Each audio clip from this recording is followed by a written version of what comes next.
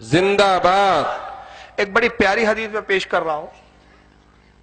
میں کہتا ہوں اگر صرف یہ ایک حدیث میں آج کے بیان میں پڑھ دوں اور پھر بیان ختم ہو جائے تو آج کا موضوع کا حق ادا ہو جائے گا. یہ حدیث بہت سارے محدثین نے لکھا، لیکن میں یہاں جو ابھی نسخہ آپ کے سامنے دکھا رہا ہوں یہ مسند ابی اعلیٰ کا دکھا رہا ہوں. امام ابو اعلیٰ کی حدیث کی کتاب ہے، اور پھر کن کن لوگوں نے لکھا میں اس کی تخاریج یعنی اس کے اور زیادہ حوالے بعد میں دوں گا. فی الحال یہ مسند ابو اعلیٰ کی جلد نمبر 11 ہے، اور اس کی صفحہ نمبر اس کا 236 237، حدیث نمبر 7254. بڑی طویل حدیث ہے، 2 صفحے کی حدیث ہے. حدیث کیا ہے ذرا سن لیجئے. حضرت علی سے روایت ہے، یہ میں نے صرف اسکین پیج دکھا دیا تاکہ دیکھ لے کہ آپ 2 صفحے کی حدیث ہے، بڑی طویل حدیث ہے. اور پھر یہ حدیث بھی صحیح ہے، بہت سارے علماء نے لکھا اس کو، بہت سارے محدثین نے لکھا. حضرت علی اس حدیث کے راوی ہیں، وہ کہتے ہیں کہ ہم رسول اللہ کی خدمت میں بیٹھے ہوئے تھے صحابہ. عرب کا ایک بدو ایک دیہاتی صحابی آئے اور حضور کے قریب آئے. حضور کے اتنے قریب بیٹھ گئے کہ سرکار کے گھٹنوں کے جا کے گھٹنے لگ گئے ان کے، اور حضور سے کہا یا رسول اللہ مجھے کچھ عطا کر دیجیے، میری حاجت پوری کیجیے، میری ضرورت پوری کیجیے. تو حضرت علی فرماتے ہیں کہ حضور کی عادت کریمہ تھی کہ جب کسی کو نہیں دینا مقصود ہوتا تو آپ اپنی زبان سے نہیں فرماتے تھے، لا نہیں فرماتے تھے، بلکہ خاموش رہتے تھے. حضور کی زبان اقدس سے کبھی لا نکلا ہی نہیں. تو سرکار خاموش تھے، لیکن وہ دیہاتی صحابی تھے، وہ حضور کی خاموشی کا مطلب ہی نہیں سمجھے کہ حضور دینا نہیں چاہتے، کیونکہ دیہاتی صحابی زیادہ اتنا سمجھتے نہیں تھے. انہوں نے حضور سے پھر دوبارہ عرض کیا یا رسول اللہ میری کوئی حاجت ہے، میری حاجت پوری کر دیجئے. سرکار میں ایک حاجت کے لیے حاضر ہوا ہوں. سرکار پھر خاموش تھے. حضرت علی کہتے ہیں کہ ہم نے اس کو آنکھوں سے اشارہ کیا کہ چپ ہو جا، مگر وہ سمجھنے والا نہیں تھا صحابی.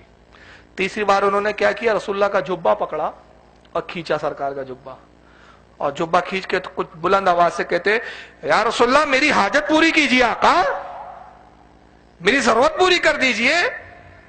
تو سرکار کا دریائے رحمت جوش میں آیا اور آقا نے فرمایا الفاظ امام کیا نام ہے ابو اعلیٰ کے، قال رسول اللہ نے فرمایا سل ما شیتا یا عربی، اے عربی مانگ کیا مانگتا ہے، جو تو مانگے گا میں تجھے دینے کے لیے تیار. سبحان اللہ سبحان مانگ کیا اللہ. مانگتا ہے.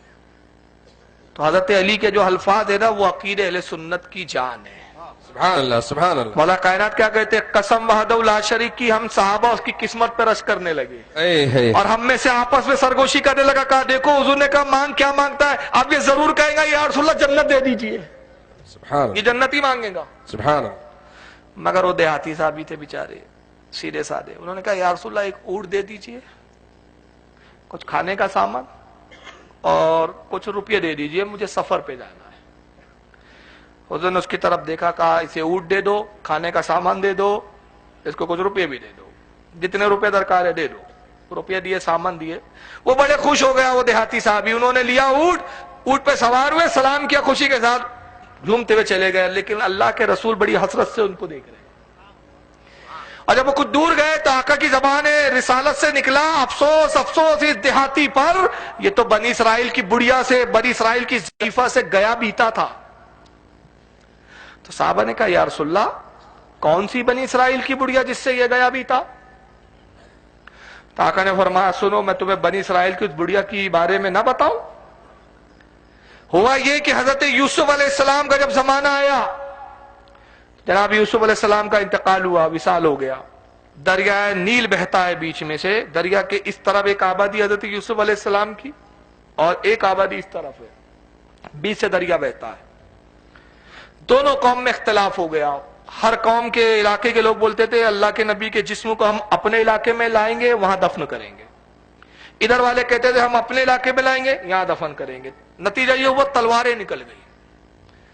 تو قوم کے کچھ بوڑھے آگے بڑھے، انہوں نے کہا یہ کیا بدتمیزی ہے، شرم کرو، نبی کا وصال ہو گیا ہمارے، ان کا جسم اقدس رکھا ہے سامنے اور تم ہو کہ تلواریں نکالتے ہو، لڑتے ہو. آؤ اللہ کی بارگاہ میں دعا کرو، اللہ تعالیٰ اپنے نبی کے لیے جو بہتر صورت ہے وہ ظاہر کر دے گا. انہوں نے مل کر دعا کی. ابھی دعا ختم ہوئی تھی، اللہ نے صورت ظاہر کی، اور وہ کیا تھا، دریائے نیل بیچ سے پھٹا اور راستہ نمودار ہو گیا. قوم سمجھ گئی کہ مرضی الہی کیا ہے. حضرت یوسف علیہ السلام کے جسم مبارک کو لیا، جنازے کو لیا، بیچ دریا میں پہنچے، بیچ دریا میں گڑھا کھودا، قبر کھودی، تدفین کی، دفن کیا، اور اپنے اپنے علاقوں میں جیسی لوٹے دریا کا پانی پھر قبر کے اوپر سے جاری ہو گیا۔ سبحان اللہ سبحان آقا فرماتے ہیں پانی قبر یوسف سے بہتا تھا، اس پانی میں تاثیر یہ پیدا ہوئی کہ جو پانی یوسف کی قبر کو چھو کے نکلتا، اس پانی کو کوئی بیمار پی لیتا، اس کو اللہ شفا عطا فرماتا۔ سبحان اللہ سبحان اللہ۔ قبر پانی میں ہے دریائے نیل میں، یوسف علیہ السلام کی کتنے سال رہی؟ پانی میں کتنے سال انسان کا جسم رہ سکتا؟ یہ کہتا ہے نبی ہماری طرح ہے۔ ابے تو یوسف تو نبی کے غلام ہے، ان کی طرح نہیں ہو سکتا، جی جی اور تو نبی سے برابری کرتا ہے پاکھنڈی۔ کتنے سال رہا یوسف کا جسم؟ سرکار کہتے ہیں 300 سال تک یوسف علیہ السلام کا جسم پانی میں رہا، نہ سڑا، نہ گلا، نہ کچھ ہوا نقصان، جیسا کہ سبحان ویسا۔ اللہ سبحان اللہ۔ 300 سال کے بعد حضرت موسیٰ علیہ السلام کا زمانہ آیا۔ جناب موسیٰ علیہ السلام اللہ کے حکم سے اپنی قوم بنی اسرائیل کو فرعون سے آزاد کر کے لے جاتے ہیں۔ وہی دریائے نیل آتا ہے، دریائے نیل پر رکے، رب کا حکم ہوا موسیٰ عصا مار۔ جناب موسیٰ نے عصا مارا، دریائے نیل پھر پھٹا، راستے نمودار ہوئے، موسیٰ اپنی قوم کو لے کے پہنچے۔ جب اس مقام پہ پہنچے جہاں یوسف علیہ السلام کی قبر تھی تو اللہ نے وہی بھیجی، کہا ہے موسیٰ رک جاؤ، کف یا موسیٰ، موسیٰ ٹھہرو، یہ وہ جگہ ہے جہاں ہمارا نبی یوسف ہے، اے موسیٰ نکالو ان کے جسم کو۔ کوئی اللہ بتا رہا ہے کہ موسیٰ دیکھو یوسف کو دفن ہوئے 300 سال ہو گئے، قبر کے پانی میں ہے، مگر یوسف کا جسم خراب نہیں ہوا، تو جب یوسف کا جسم سلامت تو میرے آقا کا جسم کتنا سلامت ہوگا؟ کہا موسیٰ نکالو انہیں۔ رب کائنات تیرا نبی یوسف دریائے نیل میں؟ ہاں ہاں اسی دریائے نیل میں ہے اے موسیٰ، اور نکالو اپنے ساتھ لے جاؤ، اس لیے کہ ابھی تم جیسی آگے بڑھو گے، دریا پار کرو گے، فرعون پیچھے آ رہا ہے، فرعون کو یہیں غرق کیا جائے گا، یہیں عذاب دیا جائے گا۔ اور اللہ کی شان نہیں کہ جہاں نبی ہو وہاں عذاب بھیجے، جہاں عذاب ہو نبی نہیں ہوتا، جہاں نبی ہو وہاں عذاب نہیں ہوتا۔ سبحان اللہ سبحان اللہ۔ یوسف کو لے جاؤ۔ اب یہ تو بتا دیا اللہ نے یوسف کی قبر ہے، قبر بتایا کس کی ہے یہ بھی بتا دیا، لے جاؤ یہ بھی بتا دیا، جگہ بتا دینا تھا نا۔ مگر اللہ کی حکمت دیکھو، موسیٰ نے کہا ہے پروردگار وہ جگہ ٹھیک جگہ کہاں ہے جہاں تیرے نبی یوسف کی قبر ہے؟ کہا تیرے قوم میں ایک ضعیفہ، ایک بڑھیا ہے جس کی عمر 313 سال ہے، اس سے پوچھ۔ اللہ اکبر۔ حکمت دیکھو پروردگار کی۔ ارے جب ساری چیزیں وہی سے بتا دی گئی، یہ بتانے میں کیا مشکل تھی؟ مگر رب بتانا چاہ رہا تھا، رب عالم الغیب ہے، جانتا تھا ایسے منوس آئیں گے جو نبیوں سے مانگنے کو شرک و بدعت کہیں گے۔ سند قائم کر دی گئی، اے موسیٰ جاؤ اپنی قوم کی اس بڑھیا سے پوچھو۔ اعلان کیا، کہاں ہے میری قوم کی سب سے وہ عمر دراز ضعیفہ؟ اس کے چھکڑ پھکڑ پوتے کاندھے پہ اٹھا کے لائے، بڑی ضعیفہ تھی، چل پھر نہیں سکتی تھی۔ کہا موسیٰ آپ نے کیوں تکلیف دی مجھے؟ کہا ضعیفہ تو جانتی ہے کہ یوسف کی قبر کہاں ہے؟ کہا باخدا میں جانتی ہوں، ان دنوں میں بچی تھی چھوٹی، اور جس تاریخ سے، جس دن سے یوسف علیہ السلام کو دفن کیا گیا، جب تک اللہ نے میرے پیروں میں طاقت رکھی تھی، ایسا کوئی دن نہیں تھا کہ جب میں ان کی زیارت کے لیے نہیں آتی۔ اب میرا تو عقیدہ یہ کہتا تھا کہ اس کو آگے جو انعامات ملنے والے تھے، اس کی وجہ یہی تھی کہ یہ موسیٰ یوسف کی قبر کی زیارت کرتی تھی۔ سبحان اللہ سبحان اللہ سبحان اللہ۔ تو آپ نے کہا اچھا بتاؤ کہاں ہے یوسف کی قبر، تاکہ میں کھدائی کراؤں جس میں یوسف کو نکالوں۔ بڑی ٹن سننی بڑھیا تھی، میری دادی چھوڑی یار، وہ تو نسب ملتا ہوگا کہیں نہ کہیں، تو بڑی ٹن تھی۔ کیا کہتی ہے؟ الفاظ قالت لا واللہ حتی توتینی ما سألوکا، اے موسیٰ میں ہرگز نہ بتاؤں گی، اللہ کی قسم میں اس وقت تک نہ بتاؤں گی جب تک میں جو آپ سے مانگوں وہ دینے کا وعدہ نہ کروں۔ میں جو مانگوں اس کو دینے کا وعدہ کیجئے تب بتاؤں گی، ایسے تھوڑی بتاؤں گی میں۔ وہاں بھی سمجھ رکھا ہے کیا؟ لوں گی تو نبی سے لوں گی، ڈائریکٹ والی تھوڑی ہو۔ یہاں کی زبان میں ٹونڈا بولتے ہیں۔ ٹونڈا؟ ٹونڈا وہابیوں کو؟ جی جی ٹونڈا۔ اچھا ٹونڈا، آپ لوگ وہاں بھی تو لفظ سمجھ رہے ہیں نا، ٹونڈا۔ چلو آپ کی لینگویج میں بولتے ٹونڈا تھوڑی تھی وہ۔ حضرت موسیٰ نے کیا کہنا چاہیے تھا؟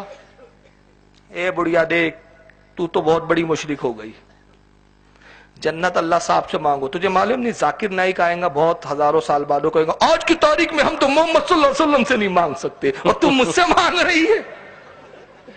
کہہ رہی ہے وعدہ، وہ بھی وعدہ کروں میں تجھ سے کہ جو تو مانگے وہ میں دوں. میں کہاں سے دے سکتا ہوں؟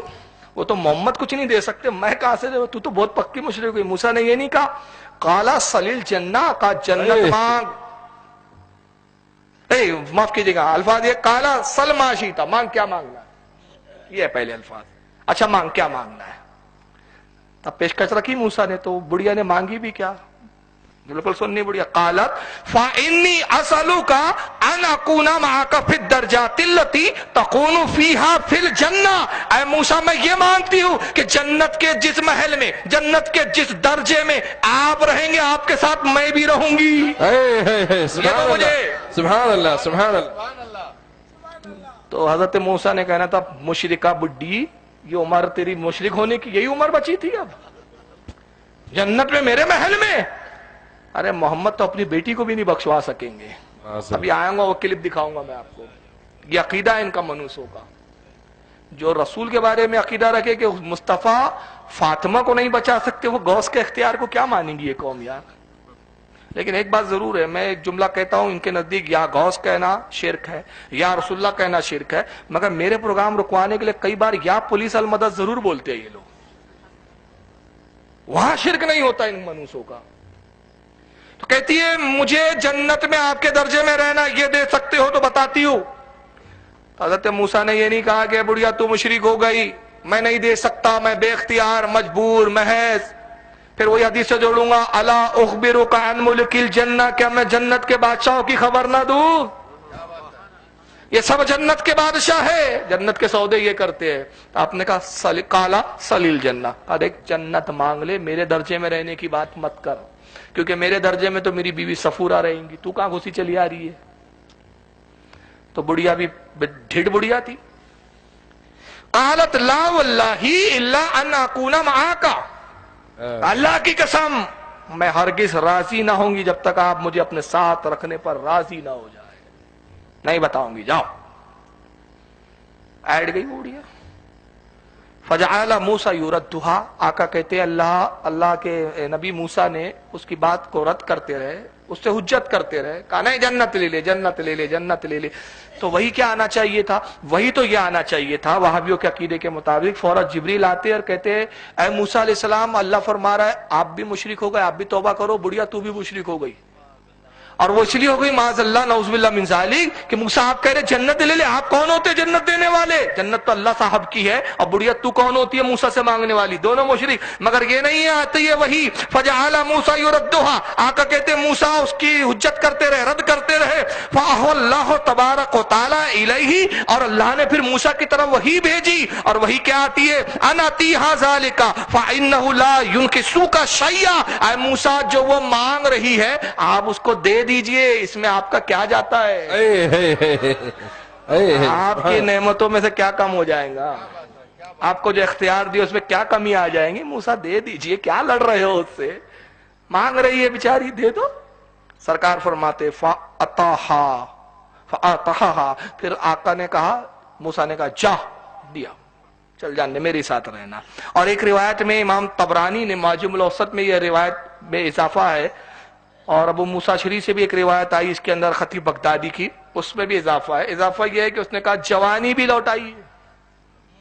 یہ بڑھاپے سے تنگ آ گئی ہوں میں، 313 سال کی عمر تھی اس کی.